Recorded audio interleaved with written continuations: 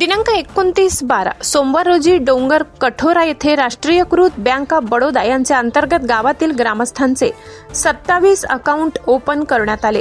प्रथम bank manager Shri Vishal इंगळेसर यांनी ग्रामस्थांना प्रधानमंत्री जीवन ज्योती विमा योजना लाभार्थी जर अपघातात किंवा नॅचरली घरी मयत झाल्यास त्याच्या वारसास 2 लाख रुपयाचा लाभ दिला जातो।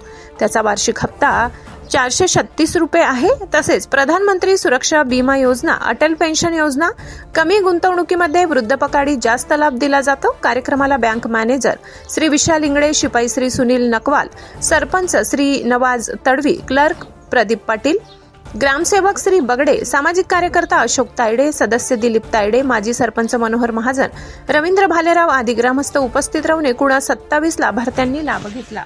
चॅनल सबस्क्राइब करा, बेल आयकॉनचे बटन दाबा, सोबत शेअर करायला विसरू नका।